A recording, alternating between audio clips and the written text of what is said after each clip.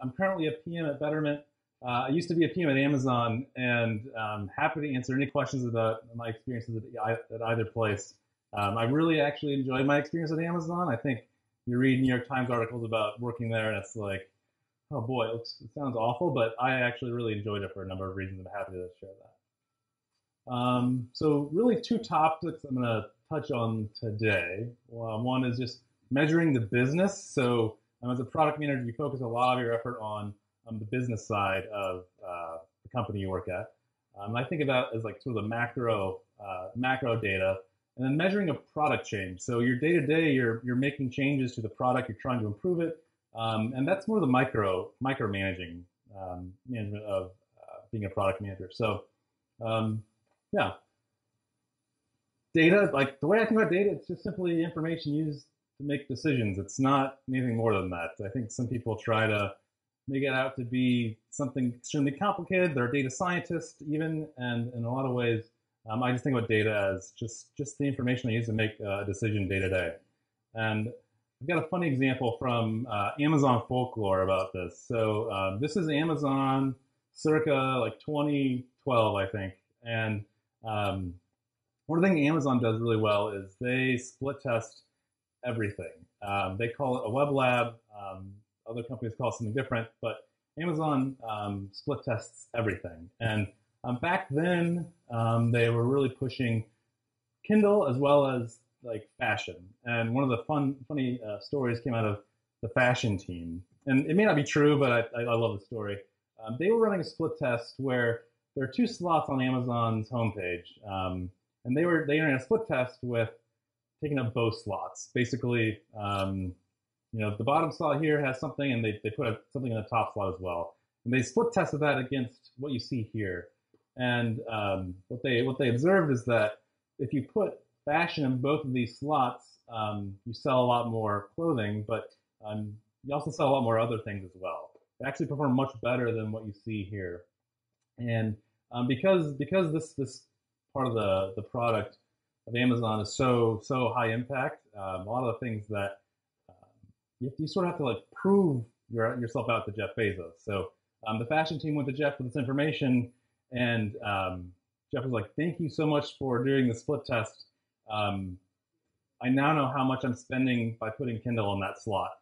So a lot of misconceptions around split tests, especially, this is what you do. You run a split test, spits out some numbers, you do what the numbers say.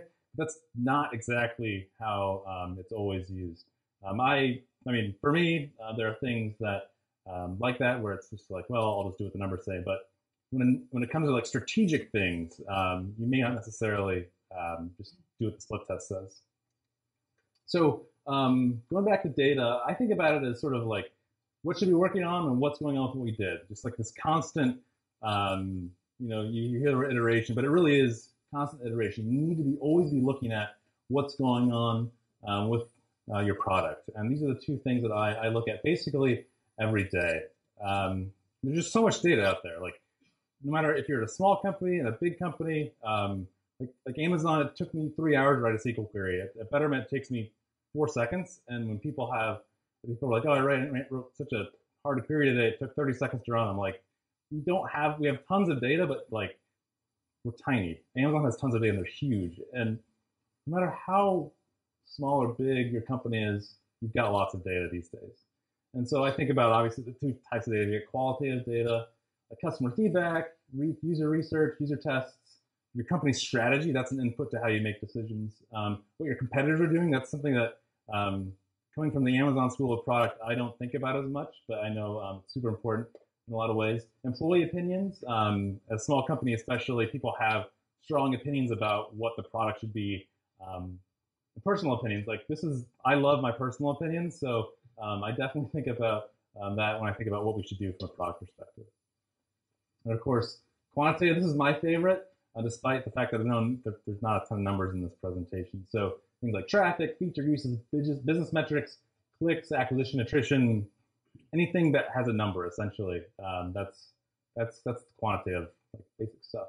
So I'm going to switch and talk about sort of the macro side of measuring as a PM. So what I do I focus on the data that helps me best understand the inputs to the business and keep an eye on the outputs. And this notion of inputs and outputs I find extremely valuable, but it's a little nuanced. I'm going to explain a little bit about what an input and an output is.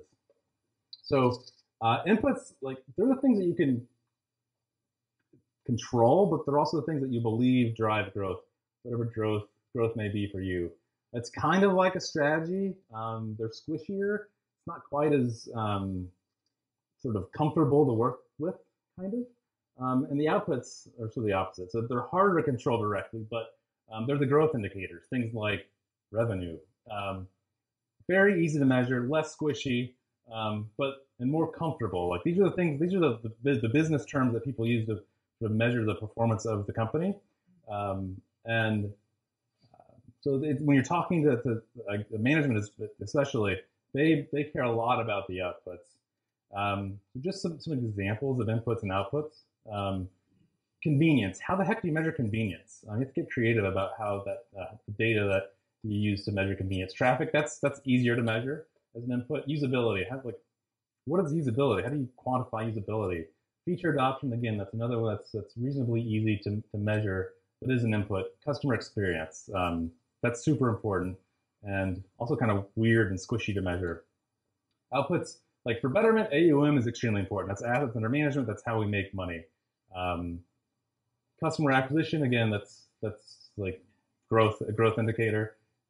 Profit, sales, revenue, just the normal things you think about in the financial statement, essentially, are types of outputs. And so when we think about inputs and outputs, how do I use it in my day-to-day?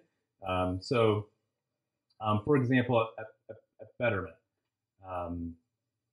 this is an example. I believe that convenience, which I measure as an input, drives AUM, which is an output. So Betterment, we're a financial services company. We manage your money for you. We, in a lot of ways, we sort of, you trust us with your life savings. And one of the ways people invest their money is with 401ks, IRAs, and you move 401ks and IRAs between providers in a way. It's called a rollover. You've probably heard of it, but they're really a pain in the butt. But they're huge. Like I said, they're people's life savings. This is where all of their money is. So when we think about acquiring a customer at Betterment, one of the ways you think about it is, well, how do we get more rollovers?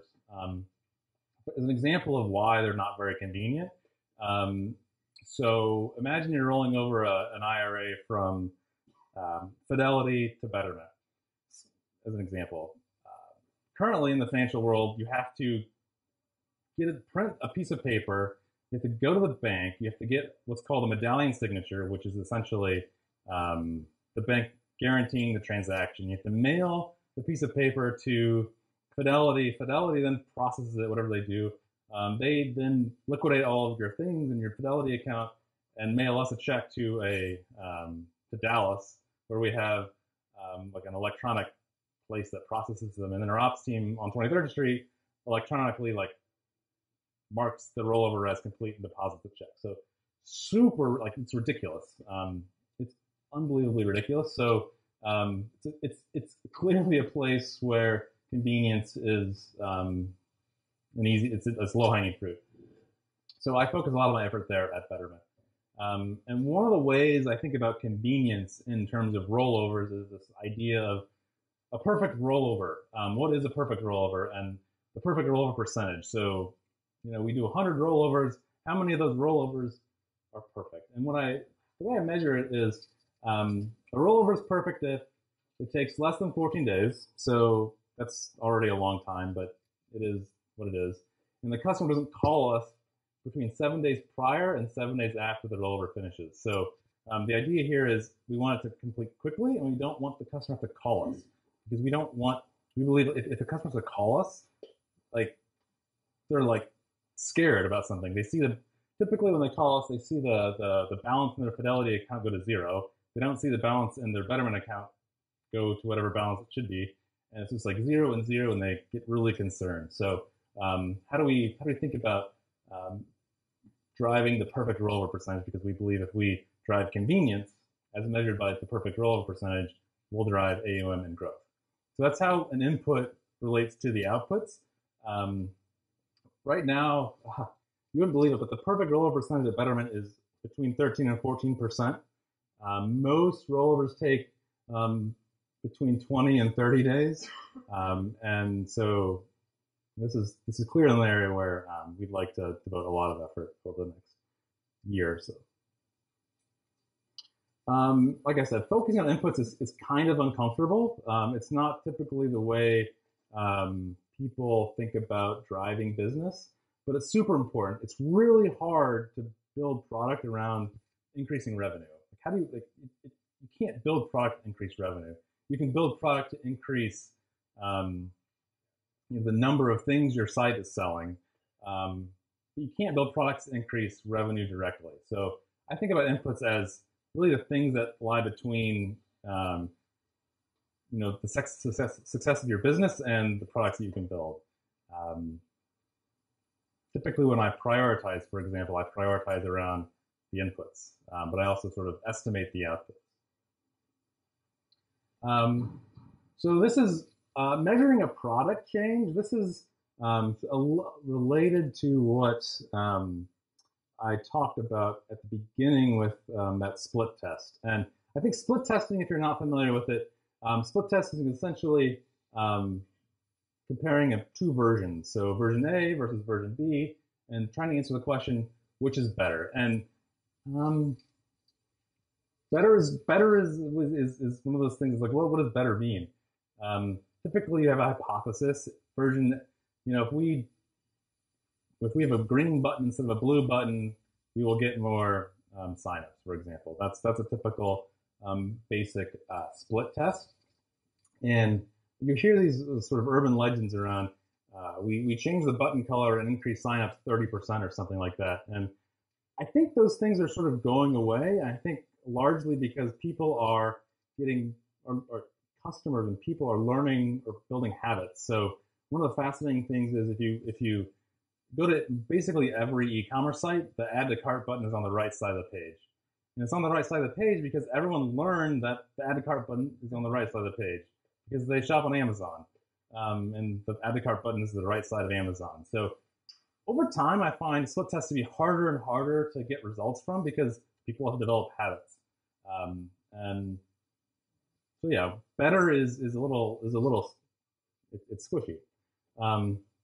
And as I said at the beginning, split tests really help you understand the business impact of a change in order to make a decision. So Jeff Bezos, when he prioritized Kindle on the slot on the Amazon homepage over fashion, was making a decision based on data, and the data was the split test results. Split tests aren't the things that tell you what to do. They're just an input to what you decide to do at the end of the day. And so when I think about running a split test, I only think about running split tests on things that are reversible. And what I mean by that is if you're not going to, if there's a possibility, if there's no possibility that you will ever go back to the previous version, it doesn't, the split test isn't necessarily the right thing to do. And that really is related to large architecture changes on the site. Right now, Betterment, we're doing a bunch of large changes. We're not split testing it. We're not going to go back. So the only thing split testing would tell us is sort of what we are giving up, or what we're sort of gaining from doing the change. The other thing is a few changes. So running a split test, you can't do a split test where there's 14 things changing on a particular experience because it's not a split test. It's not A, B, it's A and whatever B through Z. I don't know. It's really hard to understand what the actual change was that influenced the change in customer behavior. So it's hard to learn from that. And the third thing is clear measurement. If you can't measure the thing, you're not gonna be able to run an effective split test. And I'll talk a little bit about that one in a second. A fourth thing that I didn't put on here that I'm thinking about as I'm talking is that I think about a lot at Betterment, for example, is we have a customer support team and they have to help our customers. So when a customer calls in and says, how do I start my rollover? The customer support person wants to do their best to help them out. So they'll say things like, well, first you go to the transfer page and you click the green start rollover button. And for all, like, if we want to split test changing where the rollover button is on the site, or change the color of the button, or changing what the button says, it makes customer support really challenging. So one of the things that we're working on right now is better equipping our customer support team to react to what a customer may be seeing on the site. It's not a great experience if we can't help the customer in a timely fashion, or the customer support person gets flustered because they're doing this all day. They can't take a minute or 2 minutes to figure out what the customer is seeing. They really have to know. So we're adding sort of more real-time information on our customer support tool to give customer support people more information about what that particular customer is seeing at any particular time. And that enables us to do more split tests, because we've chosen to not split test things because customer support couldn't handle the change, I guess. So I'll give you a good example, and you're not going to be able to see this, so I apologize. It's really small, but this is something that we're doing right now. When you withdraw money from Betterment, there's this confirmation screen, and one of the things that we're trying out is showing another message. And so half of our users are seeing sort of this confirmation screen, half of our users are seeing this confirmation screen. And what we're doing is we're showing a message that's like, basically, if your satisfaction is guaranteed, if you're not satisfied, click here and you'll get 90 days free. And we want to see if that influences customer attrition or not. And so it's very clear. So it's a simple change. It's highly measurable, and it's only one thing changing. It's this box versus no box. So this is an example of a split test that is pretty easy to measure, and it'll give us more information. What we'll do with this information isn't just simply say, well, by putting it here, it's impactful in this particular context. What we'll do is we'll learn that we can put it in other places too. So imagine if this split test turns out that fewer people withdraw money by seeing this. We'll think about putting it in the footer of the page, on every page on the site, for example. It informs more than just this particular instance. It informs bigger, larger decisions as well. How did you guys come up with the idea to put that, did someone, where you find something oh, I don't want to use it? Sure, that's a great question. So we changed our fee structure at the end of January this year, and as part of that decision, we did a ton of just sort of research with customers to understand what's important to them, how they would react to certain changes, and understanding how they think about their money, I guess. And one of the things that we learned was that by showing a satisfaction guarantee, we sort of build trust. It sort of they're more comfortable with us because it's less risky. We're a startup, obviously. We manage your entire life savings, and that's risky in and of itself. So this sort of helps with the risk side of the customer becoming giving their money to us. We usually this is the first time we're putting it actually in the experience. What we've normally done was put it in sign up, or on our brochure site, where people are still sort of evaluating whether or not they want to use this or not. So we're seeing whether or not we believe it influences acquisition. We're seeing if it influences attrition as well. So that's sort of where the idea came from. I'm not sure if you guys have read the 4-Hour Workweek, but in there, Tim Ferriss talks about, if you say satisfaction is guaranteed, no one is going to actually take you on it. But for whatever reason, it increases trust. It increases trust, and trust increases the output, which is revenue, I guess. Yeah, absolutely. So this is an example of a very simple split test that we're running it right now. honestly, we're not seeing a huge impact either way. So, we may remove this and we may not put it anywhere else, but it's something that we definitely felt we should split test, understand the impact. Yep. Yeah. Yeah. So the question was, so how long do you run test? And I'll actually touch on that in a second, but it depends. It depends on how confident you want to be in the results of the test. So, and it depends on the number of people that see it, and it depends on what the expected impact of the test is. So I've got a slide on that in a second.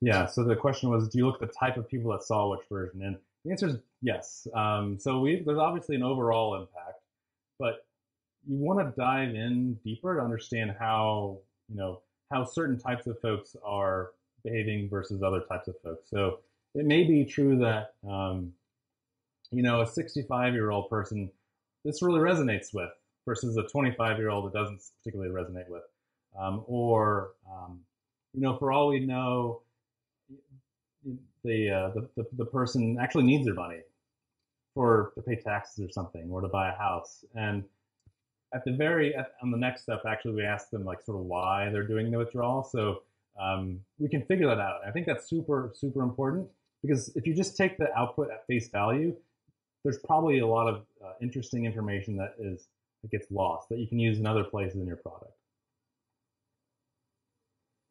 So I'm going to go ahead. Yeah. So if you do, I don't know if you have a sales team also.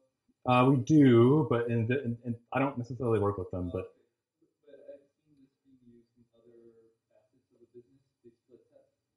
So I wonder, do you ever look at if product is doing a split test, if sales is doing a split test, but they're both going after revenue, do you ever look at which one's more of an influencer, the product change or the sales strategy? Interesting. So the question was, if sales is doing a split test and product is doing a split test, do you look at them to understand, do they collide, I guess? Can you give me an example of a sales split test? Honestly, I haven't worked a ton with sales teams. I can think of like an attrition, like a win-back strategy. Mm-hmm. So here you're trying to get a win-back through what you show on a product, but then your sales team could have a win-back strategy of their own. Yeah. Doing a different communication, different script, and they're suddenly realizing, oh, if we call people during this time, we're able to retain them more. And Got it. So the question, just to repeat that, is the sales team could be running a test to reduce attrition, and you could be running a test to reduce attrition. How do you know which one is the right one? And so currently at Betterment, we don't have a good way to isolate those things. At Amazon, we just had so much traffic that an individual person would get a very unique experience, so we would avoid collisions. So I guess what I would say is, unless you have a super sophisticated split testing tool, don't run things at the same time if you really want to understand the impact of both changes. Which is, it's not a great answer, but I think it's the simplest solution. So this is a bad example. This is something I did while I was at Amazon. It's like simultaneously the thing I'm most proud of, but also the thing that I'm least proud of, and I'll tell you why. At Amazon, I was responsible for used stuff, like used Nintendos, for example. And one of the things that we were hearing from customers is, why would I buy a used thing without knowing what condition it was in? And traditionally, Amazon was a bookstore, and used books are huge. Used books are really huge. But as Amazon sort of matured and started selling more things other than books, they didn't really change this page at all. They just sort of kept it the same. And when you're buying a used book, the condition, used very good, is fine for you. But when you're buying a Nintendo, for example, that's 30 years old, what does used very good mean? And there are ways to put sort of descriptions here about what it means. But ultimately, the best way to know what condition the product's in is a picture of it. So one of the things that I worked on was giving our sellers, the people that were selling these products, the ability to add a picture to describe the thing that they were selling. So you'll see here, these two listings have a picture. This is, when you click on it, you'll see this, which is great. Like, this is amazing. You can see exactly what it looks like. There's even shrink wrap on the cartridge. This is great. It would give a customer way more confidence in what they're buying. But the problem with this was, how do you do a split test? It's so hard to do a split test here for a couple of reasons. One, you can't simply say, all right, for half of customers, we're going to show the pictures, and for half of customers, we're not going to show the pictures. The reason being, sellers will get so upset. They spent all this effort to put pictures on your website. Like, you need to be showing it to everybody. So, like we could have done, we could have said, you know what, sorry, sellers, we're going to do a split test, and you'll have to deal with it. But that's not a palatable solution. The other reason why a split test here is so hard is,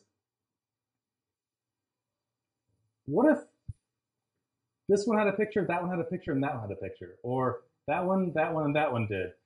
How do you split test? Because the customers are not seeing the same thing.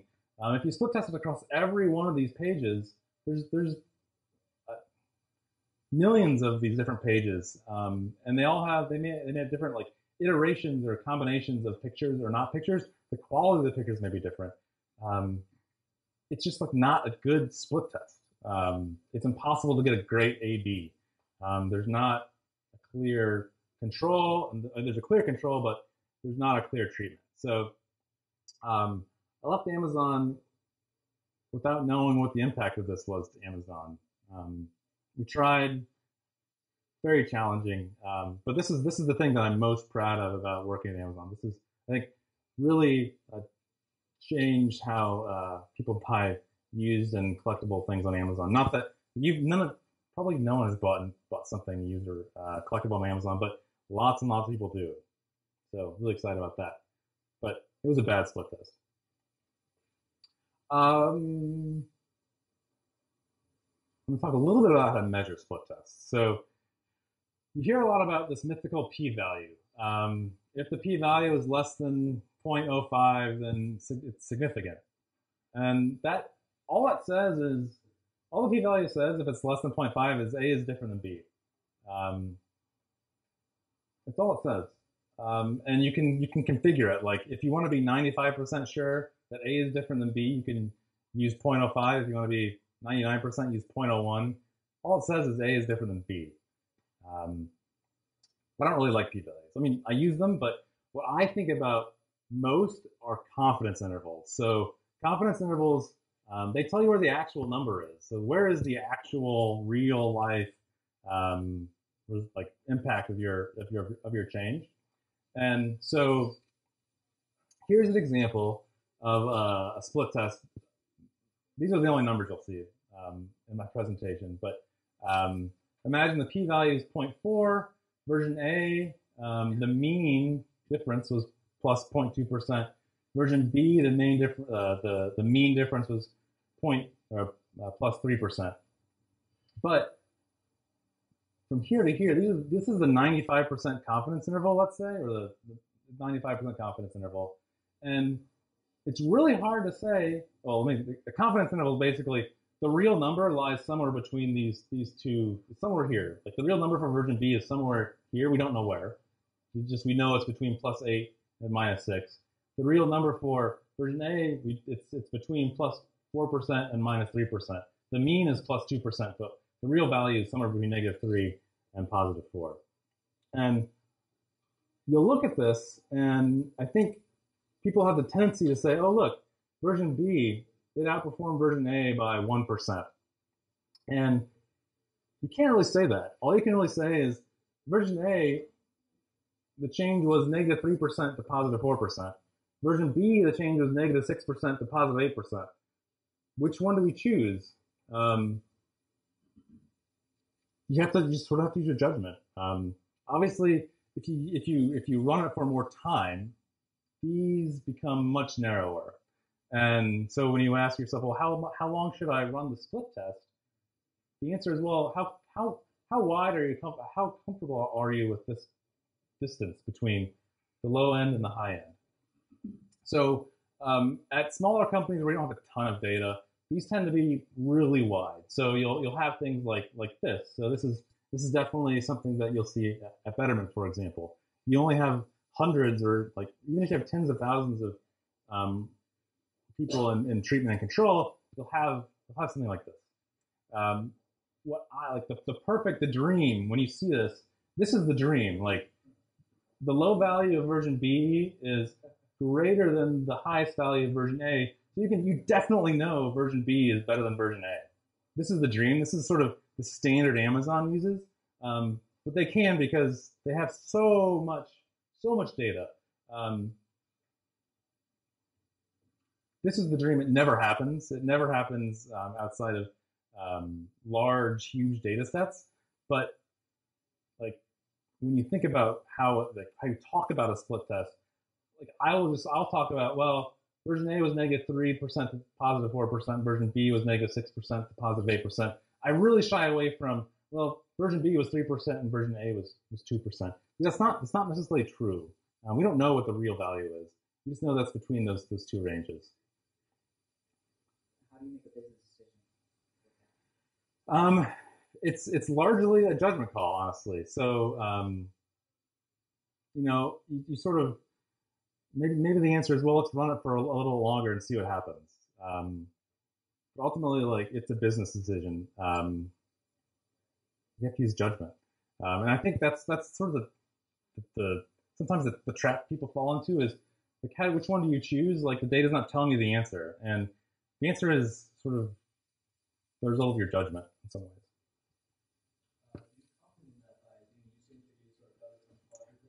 That's a great question. So the question was, do you complement this with user interviews and other sort of qualitative data? And the answer is yes. So an example that I can think of that we've done that is, I wish I had a screenshot, but I don't.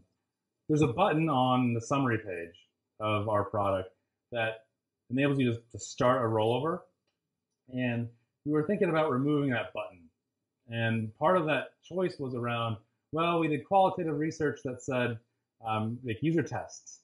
And the user tests showed that if we ask a customer to figure out how to roll over without showing the button, everyone figured out how to roll over. And I think that's a reasonable outcome. If you're trying to move your life savings, you'll figure out how to move your life savings.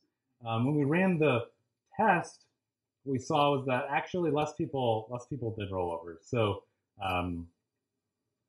the results were something like this. Confidence intervals were all over the place. We ultimately decided against removing the button. We added it back. But that's an example of sort of putting qualitative together with quantitative data to make a decision. Because ultimately, it's a judgment call.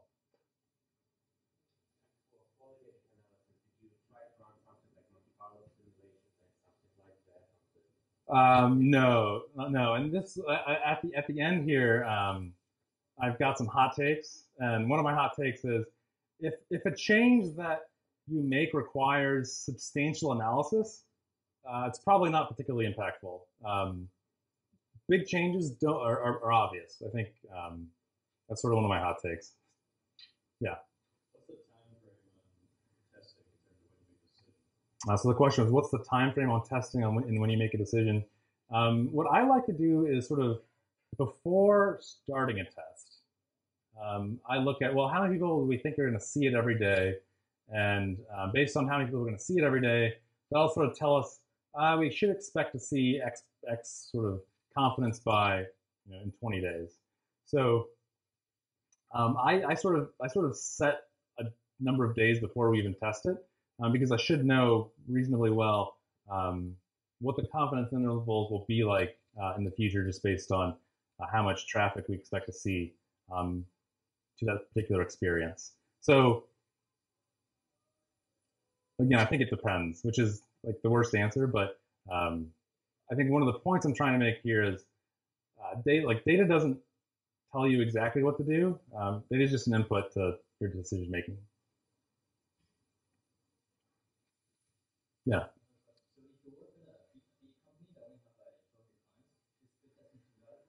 So the question was, if you work in the question was, if you work at a place that doesn't have a ton of customers, is split testing valuable?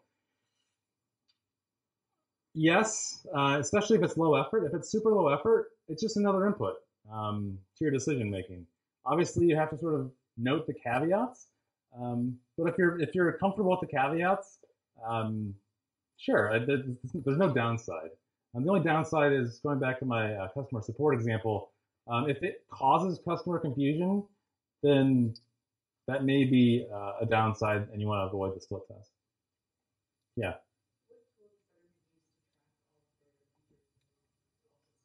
So the question was, what tool does Betterment use to track this stuff?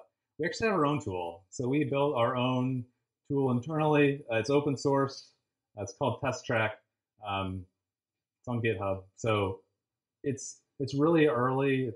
It's not a fully functioning or like fully featured tool. Honestly, I personally run a lot of SQL myself and do a lot of the confidence interval calculations myself. At Amazon, we had an amazing tool. I wish we had it at Betterment, but we just don't.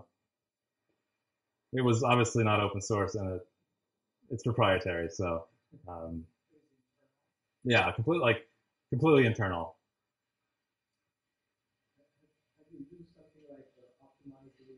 So the question was, have we used Optimizely or like Split.io or something like that? The answer is no. My experience has been at Amazon at Betterment, and at Amazon we had our own thing. At Betterment, and we've always had our own thing as well. We haven't really. We're starting to explore third-party tools to help us, but we haven't gotten there yet. Yeah. The question was, why do we build our own tools? I think that's a good question. I think it was largely due to the just what our needs were, and there weren't really a good we looked at other third-party tools, but there wasn't really something that really fit our specific needs. One, I think the second reason was our engineers are really interested in doing it themselves, and when you have a group of excited engineers, you don't want to tell them no, especially when when you think they can do a great job. So that was sort of the second reason why they wanted to open source something. They wanted to pick the problem that we had and sort of went at it. You guys have analytics guys working with you guys, or do you have support staff? Yeah. So the question is, do we have an analytics team? Yes, we have a very well. We have like 5 or 6 people on the analytics team. They spend a lot of their day not necessarily analyzing split tests, but really helping us understand, how sort of the outputs of the business and why the outputs are what they are. So when you think about a company like Betterment, we rely on investor money. That is, people are fickle; they react to things. The market is a huge influencer of whether or not people give us money or not. So they work on the really hard problems that you can't. That I can't. I mean, I can run SQL and like calculate confidence intervals, but like Monte Carlo simulations, that's what they do. That's not something that's sort of within my jurisdiction or my ability. Yeah. Mm-hmm. Yeah. They make a lot of calls. Have you guys tried to show them where they are in the process and yeah. coming next? Yeah. So the question was specifically about rollovers. I love rollovers, so I love getting rollover questions. And the question was, have you tried to show customers where they are in the process? And the answer is yes. So we're doing things to help us there.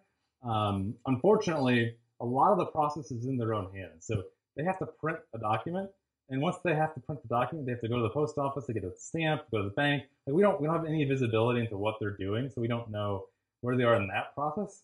And then once they sort of mail the letter or the letter to Fidelity or whoever, we don't have any visibility into what Fidelity is doing either. So unfortunately, we can't give a ton of sort of status updates in the current world. we're working on ways to do it. There are solutions that we're really excited about. Yeah, that was PDF files. So like here's. Mhm. Yeah, yeah, yeah. And so like rollovers, there's two types. Not to go down the rollover rabbit hole, but there are rollovers from like an employer-sponsored plan, which is like a 401k, and there's a rollover from another IRA. So imagine you have an IRA at Fidelity or whatever. The IRA to IRA rollovers, there's ways to automate it. The 401k to IRA rollover can't be automated. So we essentially we're doing things where we give customers the option to schedule a call with us, and we'll call your provider with you, so that and the provider, when we're on the phone with them, we'll ask them, hey, can you give us a sort of a confirmation date on when we'll receive the check, and they'll tell us that. But that's not something that a customer will know to ask. So unfortunately, there's not a good way to automate half of all rollovers. Uh-oh. Sorry.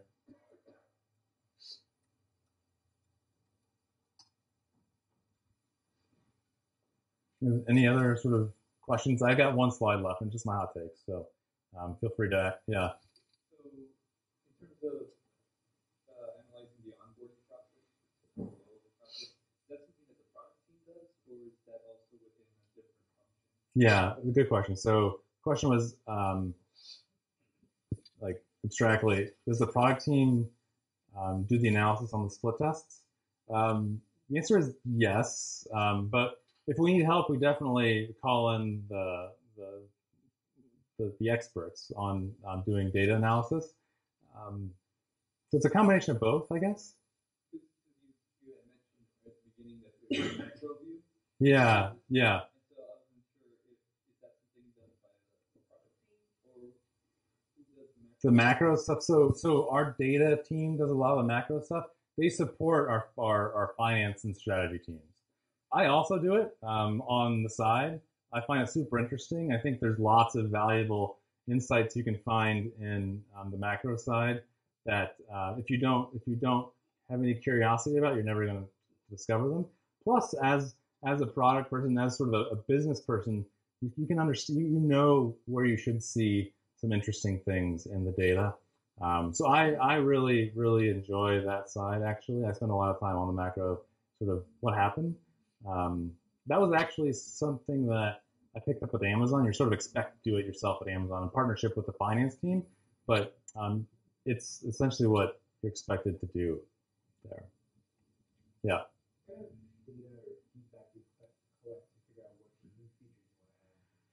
Good question. So the question was, what kind of data do you use to figure out what new features to build?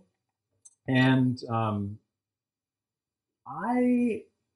I use a number of different sources. So I work very closely with our customer support team. They are sort of, they know what customers are having problems with. They know exactly what customers are having problems with. So I look to them. They're more than willing to come to me with problems. So that's one input. I think a lot about sort of like personally, I think about like what problems are customers having that they're sort of not talking about. And you can do that in one of two ways. One way is sort of just thinking about the problems you're having with the product and dog fooding and things like that. But the other way is through data analysis. So an example of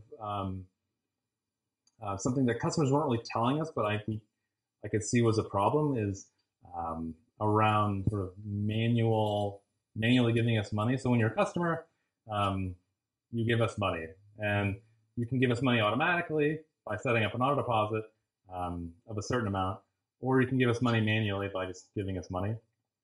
And what we were seeing was on the 1st and the 15th of every month, we would get just a ton of manual deposits. We would also get a ton of auto deposits too, but a ton of manual deposits. And we were even seeing people that had auto deposits were giving us manual deposits on top of that. So the question is, well, they're clearly sort of they have to do some effort on the 1st and 15th of the month. How do we like remove that effort from them and automate and make their lives more convenient? So that is an example of how this product called Smart Deposit came about, where essentially we check your bank balance every day, and you can tell us like, I only want $5,000 in my bank account at all times. And if we see that your bank balance is over $5,000, we will initiate a deposit for the rest. Sort of automating that extra thing that customers are doing every 1st and the 15th of the month. So that's an example of looking at the data to understand what customers need.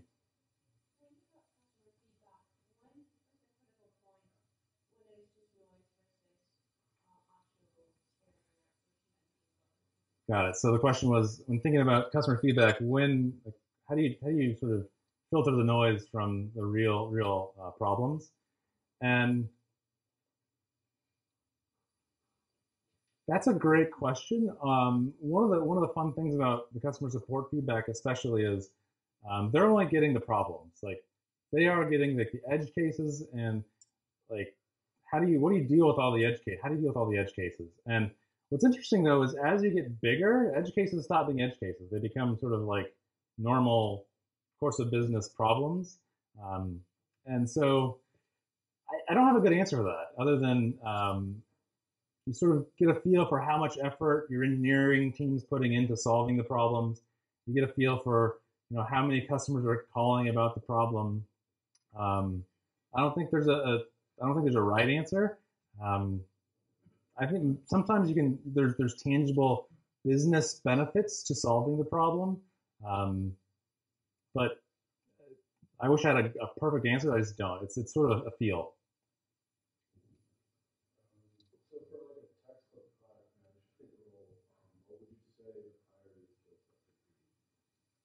Good question. So, and the question was, for a textbook product manager role, what are the skill sets?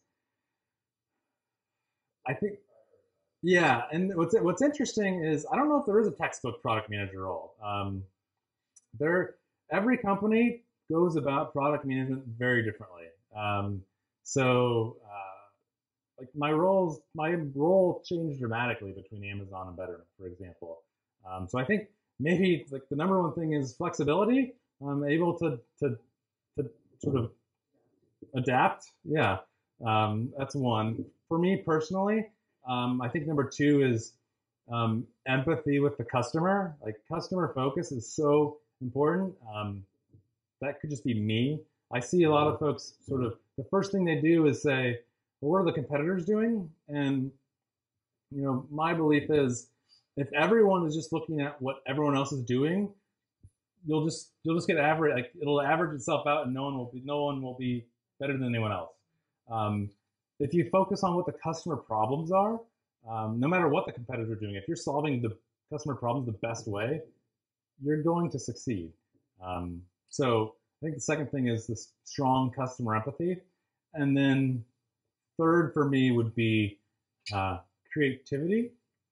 I think that's really, really important, because in a world, like, as a product manager, you have constraints. And I think the way you get around constraints is by being extremely creative. So creativity is really important. And then I would say fourth, being super comfortable with numbers, or being curious. If you're not going to be able to find the nuggets and the data that'll help you decide what to do. Yeah.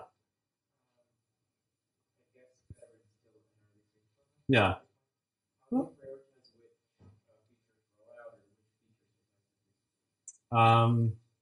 So the question was, how do you prioritize what to do, essentially, especially as a smaller company? And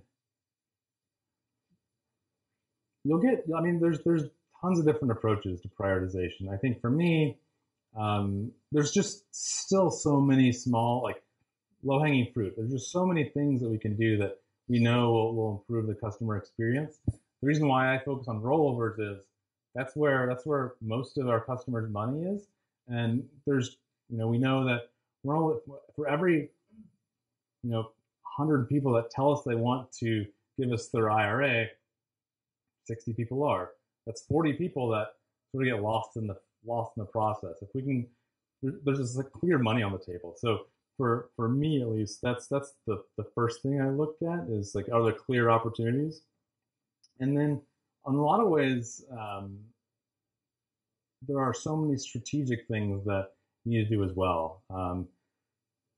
One of the things that I sort of view like strategic as the things that we have no data to support, but this is the thing that we think we should do now.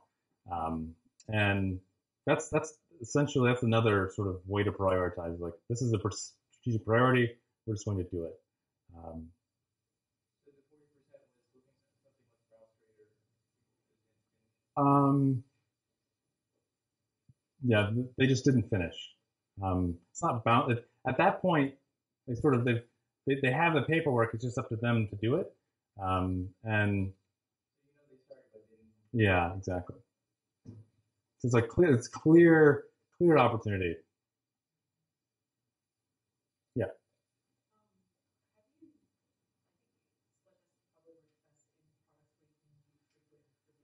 Yeah.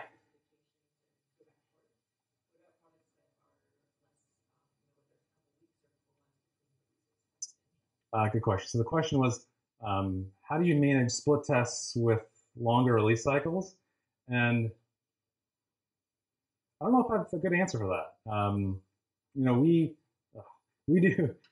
do continuous deployment, so like every day we can do a split test. Perhaps the answer is you have to prioritize your split tests and plan them well ahead of time. It's harder to iterate quickly, but that doesn't mean you can't learn from a split test, I guess.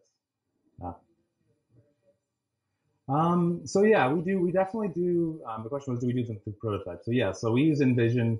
We heavily rely on usertesting.com to help us with understanding sort of the how someone would use this if it were actually in existence. I think our challenge is with a prototype or with usertesting.com, especially in our business, context is so important. Someone that's sort of being asked to do something because we sort of asked the question, hey, how would you do a rollover? They have a different mindset than someone that's like, I want to give you my life savings. And context matters a lot, especially when you add instructions or guidance within the product. So maybe not a great answer, but I think it's still possible. One question? Oh, I know the screen. I know the screen is gone. There's nothing left. Good? Okay. You go ahead. Either Amazon or Betterment, have you ever gone back and retested past results with major business changes? Good question. So the question was, have we ever gone back and retested something? I haven't personally. That's not something that I've done. I've heard of it. There's no reason to not. One of the strategies that people sometimes use is it's not an A/B test, but like an A/B test. That way, you sort of get a sense of how much variation is in. Like if you just compare A versus A, how much variation do you see there? You should see none, but you end up seeing something, and that's sort of a way to sort of do it, I guess. But I haven't personally done it. There's no reason to not. Go ahead. Yeah. Do you guys have any dominance metrics that marketers pay attention to I know Facebook obviously wants attention to MAUs. Mm-hmm. Mm-hmm. I don't know, maybe it's business. Do you guys have something like that? Good question. The answer was, are there any like Uber metric? Uber, not the right word. Are there any like super important metrics that we look at? And for us, the important metric is net deposits. That's sort of like the output metric that we look at. I'm trying to sort of inject some very input focused prioritization and like KRs in the OKR model that are focused on the inputs. That's what we did at Amazon. We focused exclusively on the inputs. We didn't think about the outputs. Well, we did think about the outputs, but not. If we weren't hitting the inputs, it didn't matter what the outputs were. Yeah. So you talked about how the product team interacts and the customer team. Yeah. Gain value. Can you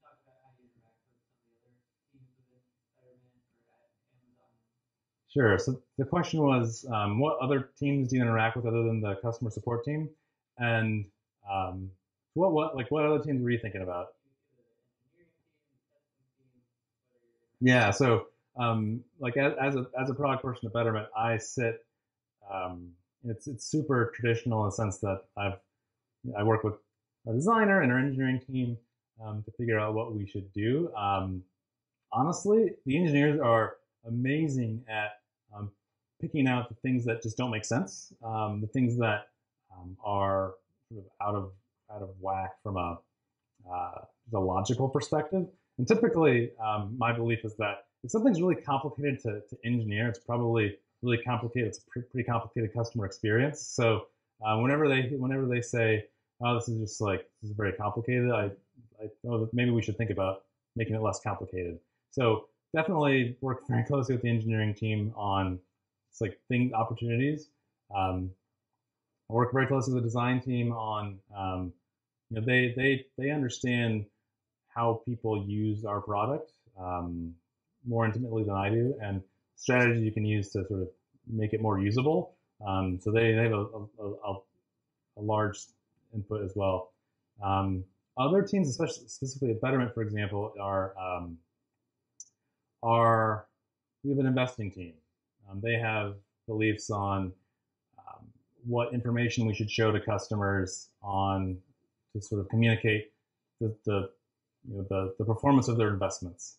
So they also are a big stakeholder, and I think the biggest stakeholder that sort of outside is sort of the executive team, and they have strong opinions, especially when your founder is still there.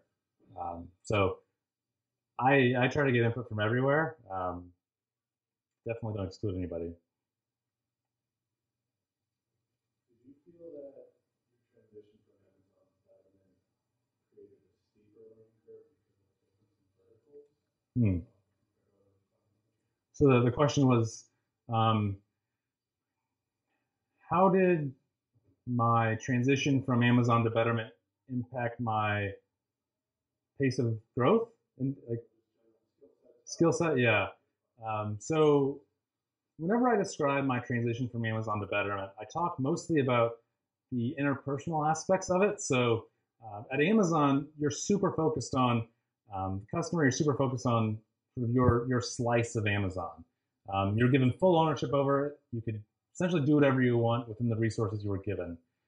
At Betterment, though, the interesting thing that I observed was people, like, I was the 60th or something employee at Betterment.